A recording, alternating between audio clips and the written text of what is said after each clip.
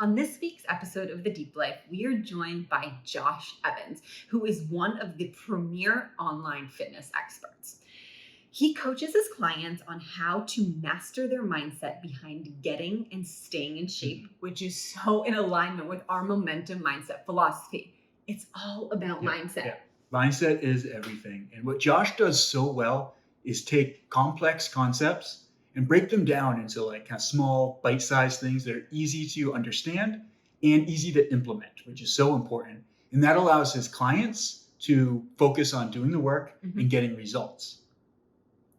You'll also notice kind of throughout listening to Josh, he knows what he's talking about. He's so smart. Yeah, he is highly educated. He's got his master's in exercise science. He's got his CSCS and PPSC certifications.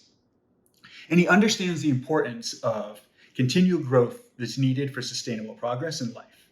He's worked tirelessly over the course of his career to help others learn how to master their busy schedules, implement empowering routines, and discover the true meaning of living a healthy and active lifestyle. Yeah, there are so many great nuggets of information throughout this entire podcast on busy schedules, professionals, new parents. Josh is a new parent himself. Yeah. So he dives deep into all of these complex scenarios of getting and staying in shape, especially for weight loss and how to keep that off. It's so great. Yeah, lots of great information in here. I think people are really going to enjoy it. Absolutely. So let's get deep with Josh Evans.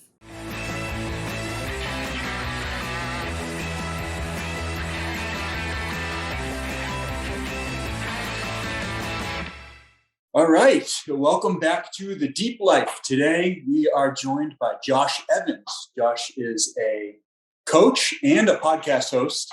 And he's somebody, I guess a couple of weeks ago, we posted about social media and how social media is an opportunity it's going to be what you make of it. So either you can kind of curate a feed that improves your life, or it can be something where you spiral. And Josh is such a great example of just somebody who we never would have come across if it wasn't for social media. But I really appreciate sort of the content you're always putting out and just a lot of like really simple, no BS truth when it comes to health and fitness. So first off, thank you for that. And I do want to recommend everybody go check out your Instagram page as well. But welcome to the show, Josh. Yeah, I appreciate it. Thanks for having me on. I'm excited for this one. Yeah, absolutely. I think this is going to be a lot of fun. And I think the best way would be just to start out with letting you introduce yourself a little bit of background, kind of let listeners know who you are and how you got to where you're at. Awesome. So yeah, I'm an online fitness coach.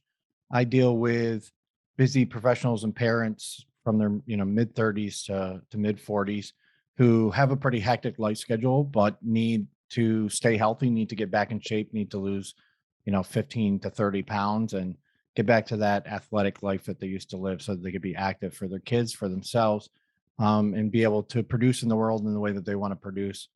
I was a former collegiate strength and conditioning coach. I worked at Syracuse and at FAU, where I got my graduate degree, worked with pretty much every sport that you can imagine under the sun. And then decided that wasn't really the route I wanted to take. I wanted to actually be able to make a life for myself as well.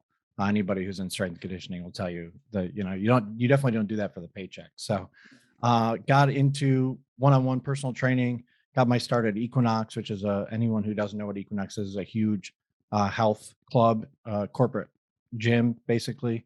I started in South Beach, was a top 50 trainer for them for over 2.5 years, did over 2,000 sessions a year. So I've been around the block quite a bit over my 13-year career, but now mainly work with people online, helping them get healthy through simple workouts and easy to implement nutritional advice. Yeah, that's awesome. And it definitely shows. I think the information you're putting out, like I said before, is so kind of simple and easy to follow, but it's the useful stuff. It's the stuff that often gets like neglected.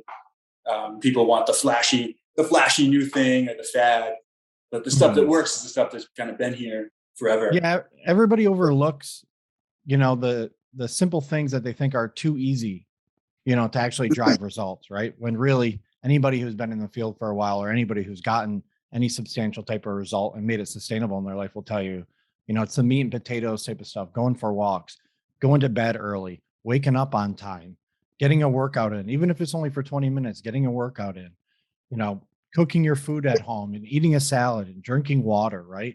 These things are so important, and most people overlook them because they're like, well, there's no way that that's going to be able to drive results, right? There's no way I'm going to be able to lose 30 pounds by eating a salad a day and going for a 30-minute walk. When really, in fact, that's what will help you get to where you want to go and actually be able to maintain the type of results that you do get over a long period of time, because something that you can do each and every day and not have to really think about it. Oh, that's so in alignment with our coaching philosophy. And I definitely was, for me personally, I think I was hit really hard when I started coaching with Dan, like when we started Momentum Strength and Wellness a couple of years ago, and I got my nutrition coaching certification, because Dan has been coaching people for many years. And for me, it's just been about 2.5 years. And people were ruthless with not getting results by just simply working out and eating. And we really had to evaluate, well, what else are people doing in their daily lives? And especially within the healthy habits that they're doing, like you're saying, are they walking? Are they sleeping 8 hours? Are they getting, proper breathing in and out of, their nose? Which is why we developed like the 7 daily habits, which we incorporate into the coaching now, because it really is, you only work out for maybe 45 minutes to an hour a day. And then, you have a couple meals, but it's all about what you're doing the rest of the time within that 24 hours of a day. I used to always explain to my clients when I train them in person, right? Because everybody thinks, oh, I'm just going to hire a trainer and then I'm going to get results, right? Yes. And just because I pay them, all my problems are going to be taken care of, right? And it doesn't work like that. I used to always explain to my in-person clients, like, listen, even if you train with me 1 hour a day, 7 days a week, which I did have some people that would do that from time to time. I'm like, you're only working out with me for maybe 4% of the entire week, right? 7 hours out of 168. Like you said, what you actually do the rest of the time when you're not with me is more important than what you do when you're with me, right? I'm basically here to hold you accountable, keep you in check, help you work through any challenges that you're experiencing on your own. And then really it's up to you to be able to put in the work and see the results, and if you're not willing to do that, then I'm certainly not the coach for you, right? Because I have high expectations and high standards.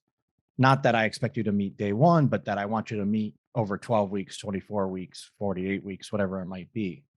Yeah, it's an evolution. Yeah. So that other 23 hours is what's making all the difference. I think you probably see a lot, because I know you do a lot in sort of fat loss. Yep. I think people go into exercise with the intention that like, that's where the magic happens. That's where you're going to like burn calories. But the actual workout, I think, at least personally, I feel like it should be more about like moving better, becoming more capable. And then the rest of the time with the diet and with the good habits, then you're actually able to have a lifestyle that helps you lose weight. You're not going to burn enough calories in an hour that you actually. Yeah. I mean, I tell my clients, don't even think about the calories that you're burning during your workout, right? Whatever you're burning is essentially going to become a baseline for your everyday movement anyway, right? What we would call like total daily expenditure. But you have to think about all the other benefits that you're going to get from strength training, right? Like the obvious one would be like, okay, if I build more muscle, I'm going to burn more calories over the course of a day anyway, right? Because I have more actual mass I need to be able to move around. But you're going to get better joint health. You're going to get less aches and pains. You're going to have more energy. All of those things that are going to actually lead to more improvement in other areas of your life than the calorie burn that you get, right?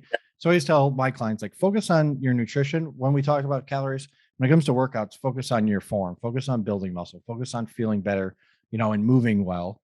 That way we can continue to do this for a longer period of time and therefore be more consistent and make more sustainable change in your life. I love that, because it's like those benefits that you get from working out also, they compound by making the rest of your day easier. When you move better, when you have more energy, you're more likely to go for that extra walk or get to bed earlier, wake up earlier, like get started with your day. Yeah. Who wants to eat pizza after a great, day of working out and walking? And maybe some people. Yeah. I mean, I love a good slice of pizza every now and then. I always like to equate this stuff to finances, right? Because money, everybody always thinks about money. I don't know a single person that I've ever interacted with that doesn't think about money pretty much the majority of the day, right? So I like to equate all this stuff to finances because it's really easy for people to digest, right? If you take somebody who's in their 20s and you tell them to invest 500, if you're 20 years old and you invest $500 a month into some mutual fund or whatever, you get 8% return. By the time you're 30, you literally don't need to invest a single dollar more and allow the compound interest for that to take over. And by the time you retire, you'll be a millionaire, right? So I tell my clients the same thing. You going for a walk, you making sure that I call them anchor habits, right? You hit your anchor habits, you move your body, you move your joints, you get a walk in, you sleep for 7.5 to 9 hours a day, you eat nutritious, calorically limited, nutrient dense food. You're essentially adding in $500, right? Each and every week, each and every month, you're adding in $500. That compound interest will, continue to grow over time. And as you get older, you're going to have that to be able to pull from when you maybe can't, work out for as long. Maybe when you can't eat as healthy as you think you might be able to because you're traveling, right? Or you're with family and you want to be able to enjoy a meal. That's when you can pull from those deposits, right? And actually be able to use and reap that benefit. Mm-hmm. I love that analogy. That's a great analogy. Yeah, because like you're saying before, it's like having more muscle on your body. Things like that are going to help your body just work better, burn more calories, so you don't need to keep grinding and kind of killing yourself.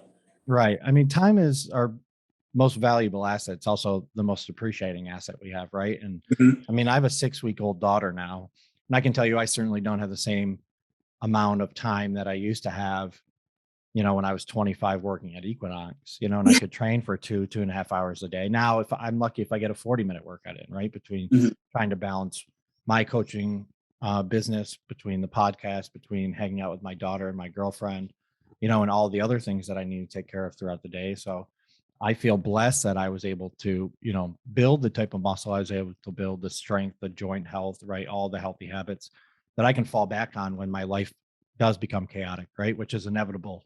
You can't expect to be, I'm huge on what I like to call imperfect action, right?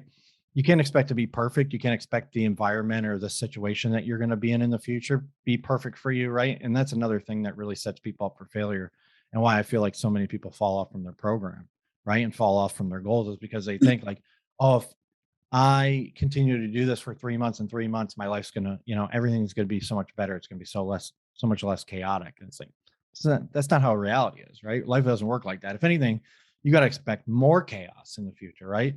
But if you have these anchor habits, if you have your 7, habits that you guys implement, it'll be a lot easier for you to be able to handle all that stuff, because you know that you can always fall back on this foundation that you have and still know, even if I don't get a workout in, I'm getting my walks in, I'm eating a salad, right? I'm getting sleep. I have other healthy habits that are going to allow me to continue to see progress, even when I can't get a workout. Yeah. Yes. Training discipline, training good habits makes such a huge difference. Love that. Yeah. It's all about it takes a little bit of patience to get that schedule, especially at first. And I think that that's where people kind of hit a roadblock when they don't see results right away.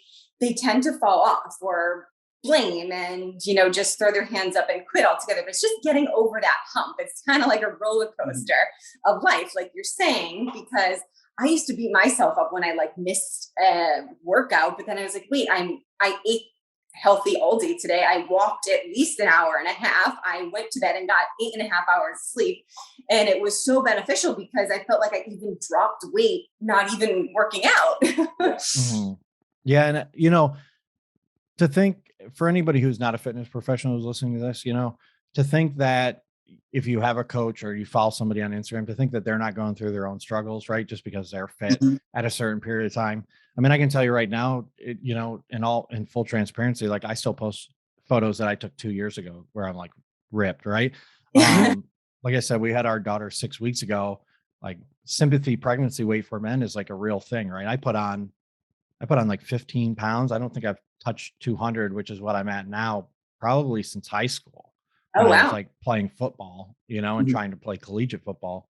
And now I'm hovering around 200. I got all the way up to 210, so now I'm trying to come down from that. But if I tried to think of myself as when I lived on South Beach and I was oh, I was really shredded. If I felt bad because I wasn't there anymore, instead of just understanding that, okay, it's where I'm at right now. And now I have to, like you said, be patient, right? And I have to really integrate these habits back into my life.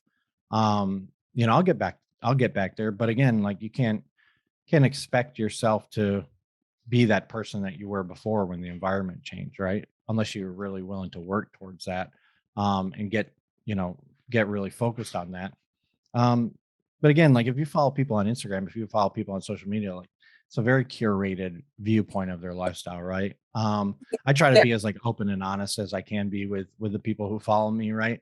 But for the most part, I still like to get the likes every now and then, I'll still post some of that vanity stuff.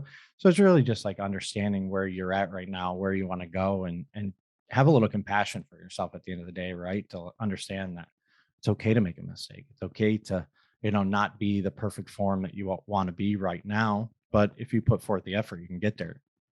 Absolutely. I think that really plays into mindset too, because like you said, you've been there, you know what you looked like during those equinox days. And all right, yeah, you put on a couple pounds, but you're very confident in yourself that you have that foundation to get back to the point where you were. And now you probably will do it very sustainable in a different way, within the 5 or 10 year difference that it took you to get shredded at 25, and now it's just a much different time frame. But that mindset is, that you can get there. Well, and I think too, a lot of people when they, like you said earlier, I work with a lot of like fat loss clients, right? A lot of people who are pretty overweight, even up to in the 300s. And they want to get back down to a healthy weight. They want to get back to where they were in college or where they were before they have kids. And I always just have to remind them, like, listen, let's say you're 290 pounds. The bulk of the health benefits that you're going to get are going to come from that first 10% of weight loss that you have, right? That first 10% of fat loss. So instead of your end goal might be to get you back down to 200, you might want to lose 90 pounds, but let's really focus on that first 30 pounds, right? If we can get you from 290 to 260, your risk of cardiovascular disease decreases, your risk of, pulmonary disease decreases, your risk of diabetes and hypertension dramatically drop, right?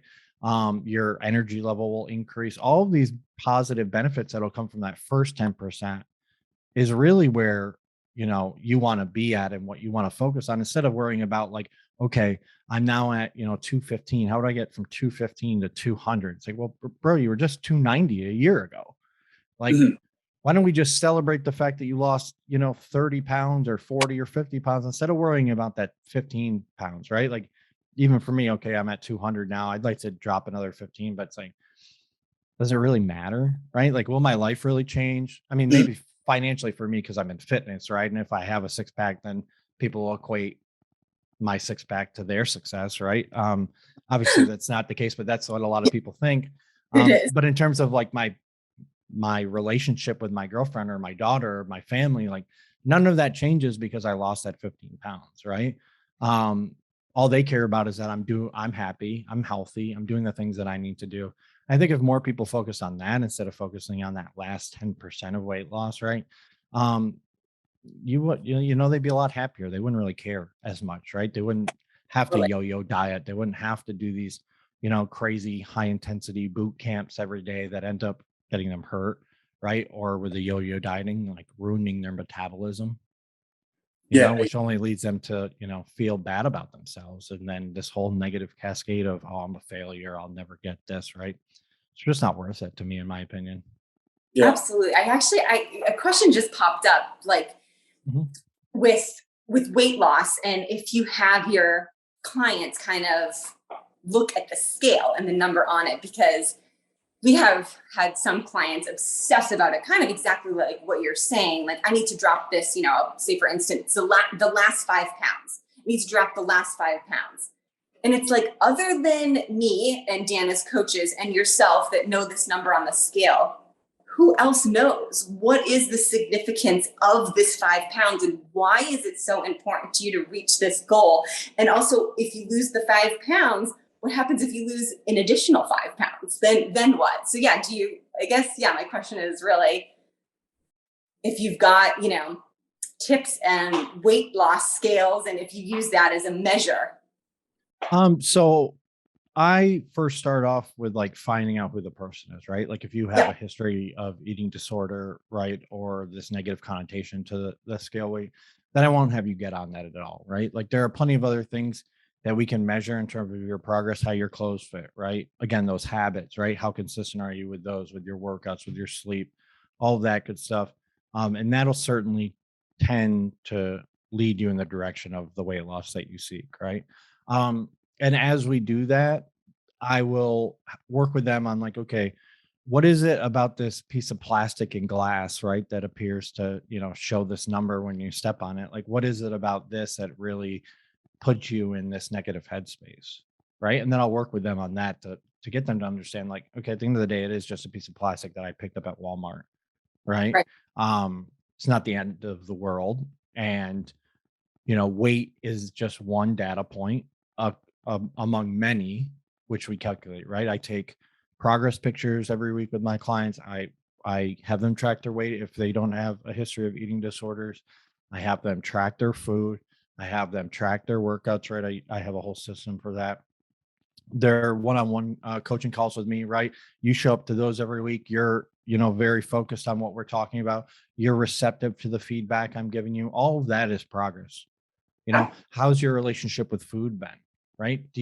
Are you still labeling foods as good or bad, or have you broken that, common misconception that there are such things as good foods and bad foods, right? Are you drinking more water? Have you replaced regular soda with diet soda? Like, all of this stuff is just a metric in which I collect as a data point, right? And I explain to them, like, yeah, you might feel a certain type of way, but at the end of the day, it's just data, right? It's just going to help me and you understand where you're at right now, understand what your actions are leading you towards, so that if we need to make a pivot, right, and we need to head in a different direction, we can. If you're trending in the right direction, then we need to keep doing that, or maybe we need to do more of it, right, in order to accelerate the path that we're headed down. And when you're open and honest with people about it, instead of just harping like, well, what did you weigh? And again, a lot of it as a coach comes down to, how do you react to these numbers, right? When they tell you like, oh, I gained 3 pounds, you're like, can I swear? Yeah. All right. They're like, fuck. You're like, oh, fuck, I can't believe. And then you have this like very, worn down, distraught look in your face. How do you think that you're the professional? How do you think that they're going to feel? Right. Mhm. They have no clue what and how they're doing. Right. Or if it's working. They've tried keto, they've tried paleo, they've tried high intensity workouts, yoga, intermittent fasting, saunas, all this stuff that hasn't worked for them in the past. And now you had convinced them and told them like, I have the solution for you. I'm going to help you get these things. And then you're like, God damn it.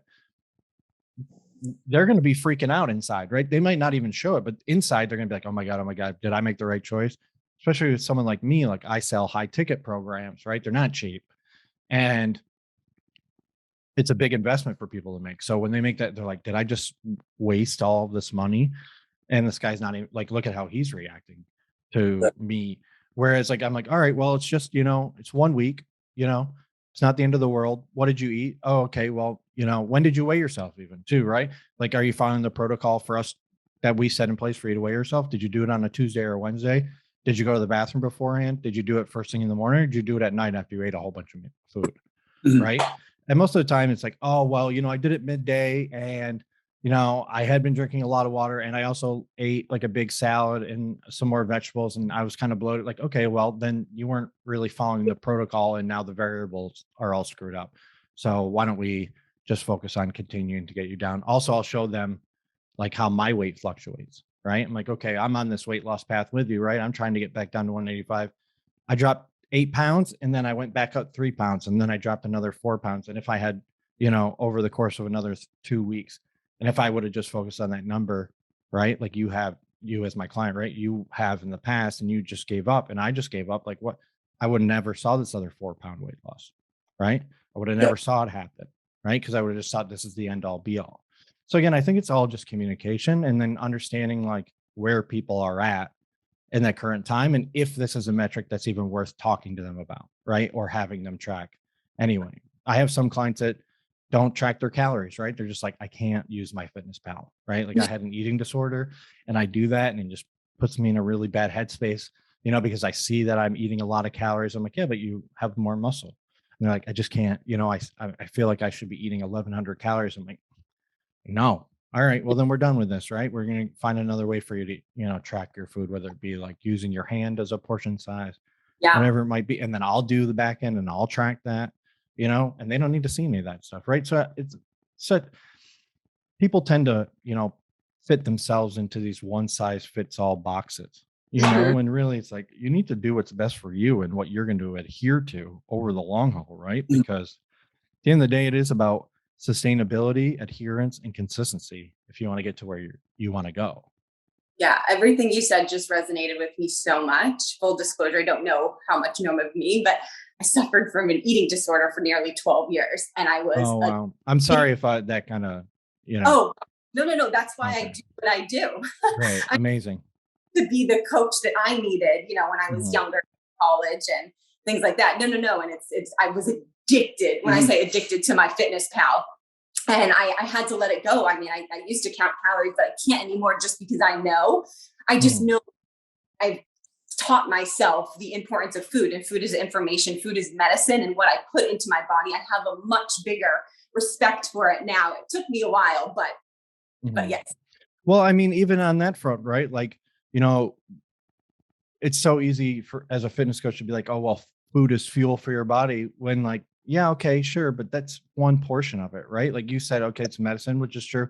It's also, family, right? Like you sit down, we make it a point in our house to like sit down and have meals together, right? So that I can step away from my phone and from my coaching business. My girlfriend can step away from her work, and we can sit down and we can talk as a family about, how our day went and how things went. We do big family meals with her family. We all live in the same area now on Sundays. So we all go over there. It's about, so extended family, even immediate family, community, right? Big cookouts. Her little brother plays football. So after his football games, he'll, in baseball, they'll do cookouts. So it's like community, culture, right? Your cultural preferences and your tie to like where you came from in terms of your nationality or your family grew up in. And if you just think about it as like, well, food is just fuel for my body, right? It's just energy. It's like, well, you're missing everything that's really great about food, and great about meals, right? Why would you want to let go of all that stuff just because you feel like you need to eat more you need to hit your protein intake, or you need to cut out carbs? Like, who gives a shit? Like I'd much rather, I'm more likely to remember that I had a piece of cake with my, brother-in-law than the fact that I hit my carb intake on a Saturday night. You know what I mean? 100%. You're going to get so much more benefit from what you said, the community aspect of just being happy and enjoying yourself while you eat, than if you're that guy that brings his own Tupperware to the family dinner and you're eating a chicken breast. And I've been that guy. I've definitely been that guy, and I think that there's a time and a place for that, right? Like if you have a hard goal that you really want to get to, right? I used to be a competitive power lifter. And when I was coming up on a meet, like I had to get under a certain weight threshold or I wouldn't be able to compete. And then I understand it, right? But if your goal is to lose weight, right? And there's no real hard timetable on it because you're just doing this for yourself or you're doing this for your family, then, and there's no like severe health problems going on, right? Then obviously there are nuances to all of this, but stop setting such a hard timeline on yourself, right? Give yourself a little bit of flexibility. Understand that, if I take a little bit here, all I have to do is give a little bit back later. Right. Or all I have to do is plan ahead a little bit. Right. Like when we travel or we're going to go out to eat, we do date nights once a month. I don't want to think about what calories I'm eating when I go out to eat on date night. Right. So instead of me having my normal meals throughout the day, right, I might just have a protein shake and then some vegetables and hummus. Won't really eat a lot. And then when I go to dinner, I know I can blow it out because I've reserved all these calories. I've reserved all this fat, all this carbohydrate, all of this protein so that I can enjoy, having a couple of glasses of wine with my girlfriend without freaking out about like, am I going to go over my macros? Like, oh my God, like, what am I doing? And then you take a lot of the pressure off of yourself. Yeah. I'm a strong believer in like, if you believe that a meal is going to make you fat, then it's going to. And I think it's the state that you enjoy the food in makes a huge difference in how you feel about what you're putting in your body and why you're doing it. I think that's also like kind of along the same note. I think that's where a lot of the research on like the blue zones was way off, where they were so focused on like, what are these people eating? And not that, oh, these people have like a stress-free life in a really tight-knit community in beautiful places. Like, well, the big thing with that, right, is they have purpose. Like a big part of what I feel like happens here in America, right? It's like, okay, you retire. and then you kind of get thrown away to the wayside, right? You're like not very useful. I mean, we live in upstate New York now, and everybody is useful, right? Like even the elders more than anything, because they're the wisest people. They've done the most. It's a very blue collar area that we live in now and that we grew up in. So you don't really see, you don't really see that as much where, I mean, obviously obesity is still a problem everywhere in America, but you don't really see it as much as you do in the big cities where it's just like people, sitting on the beach in, a lounge chair drinking Mai Tais, and they put on 30 pounds because they're not active, right? There's real no purpose for them. But in those blue zones, those were the people you went to. They still had a purpose in the community. They were still out there, doing things. I mean, if we tied it back to American culture, they'd be the people coaching, right? They'd be the people out still working the farms, still building houses, right? Maybe obviously not lifting all the lumber, but they'd be helping out and doing, their part. And I think, again, it's all about purpose, right? If you have purpose, if you have, that'll lead to you having drive, that'll lead to you having a greater vision, right? And becoming more aligned in your habits with that vision. And it makes it a lot easier for you to be able to go out and do what you need to do, right? Yeah, absolutely. Yeah, we always say like you can't punish yourself into looking a certain way or performing a certain way. I mean, you can, but it's short. It's not fun. It's certainly not fun. Yeah, you're not going to love who you are at the end of the day, right? Exactly. Or at the end of that path.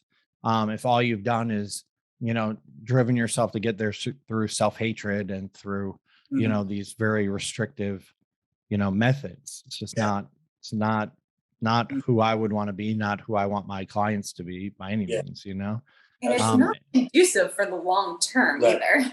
Right. And, again, at the end of the day, just like I said before, like, okay, so your goal was to lose 30 pounds, but you lost 25. Like, does that last 5 really matter?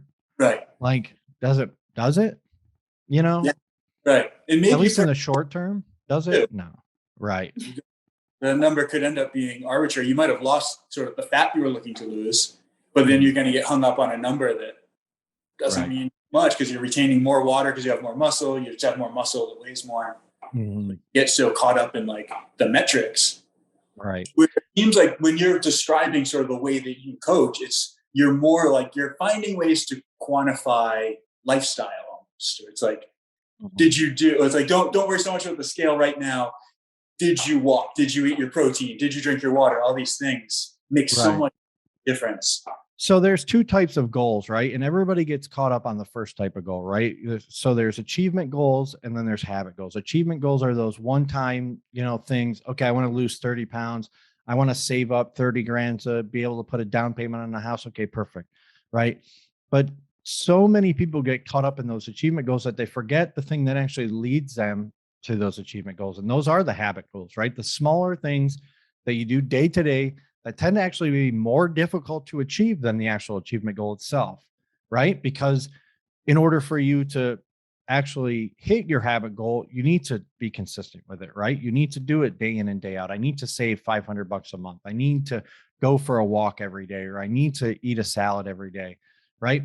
The consistency is the difficult part in the habit goal. Whereas like everybody who gets caught up in the achievement goals just see this mountain, this insurmountable mountain that's like very difficult to overcome without focusing on the habits that get them there. Right. So I'd flip it on them. Don't worry about those achievement goals. Like we're going to get there if we focus on these habit goals. Right. And I think, again, like as a coach, that's where communication comes in. And that's where sitting down with your clients ahead of time and being like, okay, what are those achievement goals? Right. Okay, perfect. Now we have like the funnel to be able to build down from. Let's start working that into things that actually will lead you to that, week 1, month 2, month 3, month 6, month 12, right?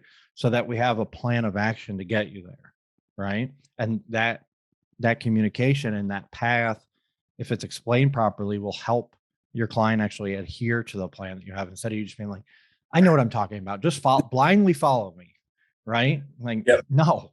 Yeah. I just paid you $6,000. I'm not blindly following you anywhere. You're going to take me through this in a way that I'm going to be able to understand. I don't care about insertion points of the bicep muscles. I don't care about, the micronutrient. Just tell me that I need to eat more vegetables and when I need to eat them, right? And why that's important for me. Tell me why I need to be eating more protein. Not that like, oh, when you eat the protein, it breaks down into amino acids. And like, you can obviously get into those conversations with people, but I mean, the best coaches are the ones that take these very complex ideas and make them so simple a fifth grader understands what you're saying, right? Yeah. And that's really the path I try to take when I talk to my clients, right? Not that they're not dumb by any means; they're very successful professionals in their own right, but they're good at what they do, not at what I do, right? That's why they hired me. Exactly. Yeah. Those small habits, the things that you were talking about, the one step in front of the other, that's building momentum. That's what we call it. Yeah, 100%. I love that. You know? Yeah, and then like through the process of building those habits, you become the person who's capable of achieving your goals, which makes them achievable. If you don't become that person first, you're never going to be able to, or it's going to be fleeting, but like sustainable. Or maybe through focusing on these habit goals, you realize that achievement goal that you set is really not that important to you, right? Yeah. You know, maybe you thought that you wanted to lose 30 pounds when really what you wanted to do is be able to go do Ironmans, right? Yeah. And the 30-pound goal was, you know, the thing that you got hung up on, but you just thought that you needed to lose 30 pounds so that you could go run an Ironman, right? Well, okay, well, why don't we just focus on you doing the Ironman, and then I bet you'll lose 30 pounds in the process, right? Yeah. But you would have never figured that out if you didn't focus on the habit goals. Like, okay, maybe I should go for walks, or maybe I should go for runs, or maybe I should cycle, right? And strength train and swim to get you to the point where like, man, you know, I used to do this stuff and like, that's really what I want to get back to, you know, versus like, I just need to lose 30 pounds. I just need to lose 30 pounds. Like, well, but why? Like, you know, why? What do you want to do once you lose 30 pounds, right? Who are you going to be when you lose 30 pounds, right? Do you even want to be that person? Yeah, yep. That's the first question we ask people. It's really an imperative question to ask because most people don't even know. Yeah. And listen, I don't try to run away from vanity either, right? I think aesthetics are a really important part of our industry. Yes. It gives people, you know, sometimes too distant future to strive towards, but at the same point, like if vanity is what gets you started down this process, right? If aesthetics are really the main driver and the main motivator at first, like I'm all for that. But over the process, you know, over the course of however long we work together, it's my goal to teach you that there's also more out there. And if you just choose to have it be aesthetically driven the rest of your life, like then that's up to you. But it's my job again to make sure that you understand that while that is a portion of it, having a six-pack doesn't make you the coolest person ever either, right? Yeah, and I think it's hard to believe that people, if you do commit to that sort of journey of self-development, whether it's you know, physical or mental, like you're gonna want more. But nobody can just like all they want is a six-pack for 30 years, 40 years of training. Like you're gonna eventually. I mean, listen, I've had a six-pack for at quite long periods of my life at certain points, and that I would say that's probably when I was like the least fun to be around. You know, I was the most miserable, the most tired. I wasn't that fun. I cut myself off to the world because I had to train. I had to eat a certain type of way. I, had to go to sleep, which I mean, I'm still the type of guy that goes to sleep at like 8 p.m. But, if you try to text me after that, it's, it's going to get lost until the next day. But I mean, I certainly have, found a lot more joy in life since I've gotten away from the fact that like I needed a six-pack. Obviously, I don't want to have like a gut, but I also don't need to like have my abs show at all times of the day, right? If I wake up one morning, I'm like, damn, you look pretty good. I mean, it's because like I'm probably fasted and I'm dehydrated, not because I'm like, oh man, I needed this. I needed to be shredded. And again, like if you want to be shredded, cool, right? But you don't have to be healthy either. That's true. That's great. Yeah, I think along those same lines of not being weird when it comes to like food and structure. Like you can be disciplined without being annoying. And one of your kind of recent Instagram posts that really jumped out to me, I absolutely loved it, where you're saying like, let's make leftovers great again. Like whatever happened to leftovers. I'm a huge leftover guy. Yes, he is. But I do want to talk about that a little bit because it is that like rigid like structure of like Sunday is my meal prep day and I can't do anything else because I'm going to cook 1,000 chicken breasts. But it's like you can be so much easier on yourself and just like if you're making good healthy dinners, make more of it. Well, and I think that that's, not putting a square peg in a round hole, right? I have clients that do like to meal prep on Sunday. They do like to eat relatively the same thing every day. And, I always tell them, not that you need to eat the same exact meal, but the most successful people probably eat around 10 to 15 of the same or very similar meals throughout the week, right? I'm sure you guys eat relatively similar throughout the whole week, right? You guys maybe theme your days, or you guys maybe, have, specific proteins that you like to eat and specific vegetables that you shoot for, fruits, right? Because it's just based off your preferences, but there's probably a range of items or a range of meals that you like to eat. With that being said, you like you were saying, why are you wasting 6 hours on your Sunday when you can go spend time with your family or with your significant other, or just by yourself reading or going for a walk, or like, what is that good for? Again, if that's the only time that you have to cook because you work, 17-hour days throughout the week, then okay, I get it. But you can also have other people do the work for you, right? You can, we're big on these, like, leftovers, right? Are a big one. You only have to cook one meal and you get 2 out of them. Yeah. We get those, what are those, like bag salads? They come with like the dressing and the toppings on them we get them from like Aldi's, right? They might cost $1.50 more, but is that $1.50 more worth you spending a half an hour to? And I used to have a client that it's like, well, I need to eat healthier, what healthier, right? Air quotes. But I want to make, I'm like, okay, well, do you eat salads? Like, yeah, but I want to make fresh salads. I'm like, okay, well, how many times a week are you? She's like, I want to like cut out all the vegetables. I want to, prepare the salads myself. I'm like, okay, well, how many times a week? How many times a week do you feel like you're doing that? Well, I'm not. I'm like, okay, so like, is that while you want to be doing that, and that might be something we can strive towards, you're not doing it now, and it's become a hindrance more than it's helping you, right? So why don't we just take that out of the equation, right? You spending 45 minutes or not spending any time at all doing that. We'll get these bag salads from Aldi's, and all you have to do is dump it into a bowl and then eat it, right? And get get the prepared, already pre-grilled chicken breast, cut strips, and throw those on there. 5 minutes, you have your salad made, versus you thinking that you need to spend 45 minutes, being Gordon Ramsay out here trying to make the best salad that a 5-star Michelin chef can make. And it's like, why put yourself through that? Right.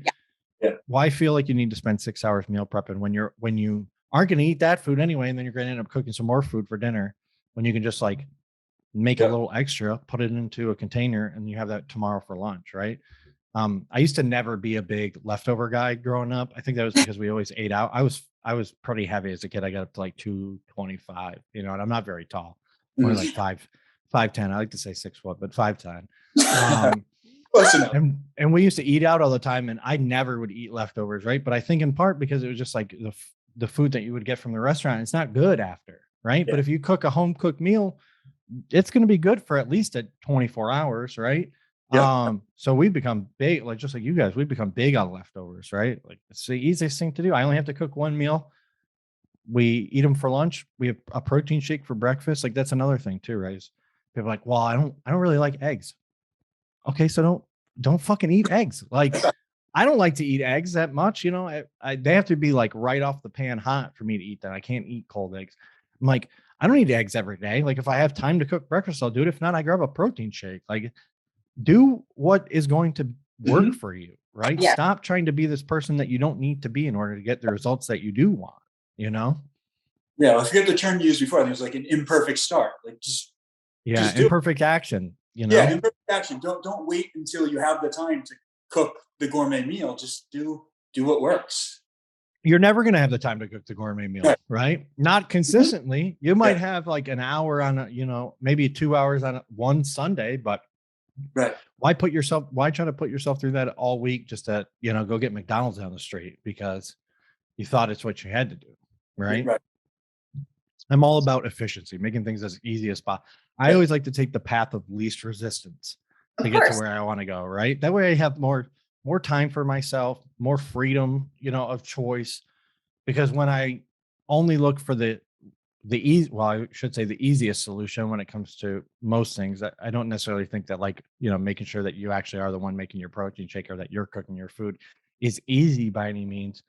But when we talk about the constructs of, what most people consider a healthy lifestyle, taking the easy route out is usually the way to go, right? Because at least you can follow through with it. Yeah, the plan that you follow is the one that works. Doesn't matter, like the best plan not followed. Mm-hmm.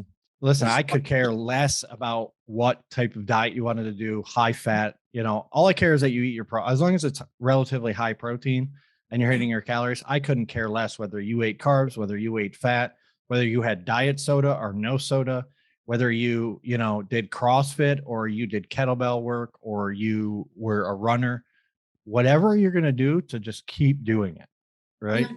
That's what I care about. Do what makes you happy. And as long as it's going to get you to where you want to go, then that's fine. Obviously, if you sitting on your ass for 8 hours a day watching Netflix makes you happy, but you're miserable because you're only going for these short-term, dopamine drips, and maybe we need to reconsider what we're doing here. But, if you're getting to your goals and you're happy with it, then why change it? Yeah. That's amazing. If it works, it works. Mm-hmm. Yeah. Great. Yeah, I feel like I was just gonna say that's almost like a way to end it. Perfect. Oh my gosh, this has been awesome conversation, and I think our listeners are going to take so much away from it, because who doesn't want to lose weight? And I mean, you're a wealth of knowledge in this, and you've given so many great analogies and tools and tricks for, us to use as well. Yeah, use them all, steal them. Yeah. So make them your own. That's what it's all about. Don't. The big thing that I find people always try to reinvent the wheel, right? They want to be the person that said, I conquered this mountain. I did the hardest thing possible. And now look at me. Like, who gives a shit? Mm-hmm. Just get it done, right? Get it done. Like, you're going to get all the compliments if you lose the weight. You're going to get all the compliments if you build muscle and you have a lean look, right? You're going to get all the compliments if you're the one eating healthy at the barbecue and everybody else is, blowing it out on, cheesecake and downing Coca-Cola, right? You don't have to worry about that. Just put forth action, right? And let everybody else give you a compliment. I promise you, it's much more appealing to you, right? To have other people tell you you're doing good than to have you tell everyone that you're doing good. Absolutely. It's that little boost of confidence for sure. Oh my gosh. Mm-hmm. Well, this has been awesome. Josh, where can we direct people to a website, Facebook, and then obviously your own podcast, Josh in Real Life? Yes. I'm surprised that you got the IRL. A lot of people are like, what is that? I'm like, you're definitely not on YouTube or on a techie.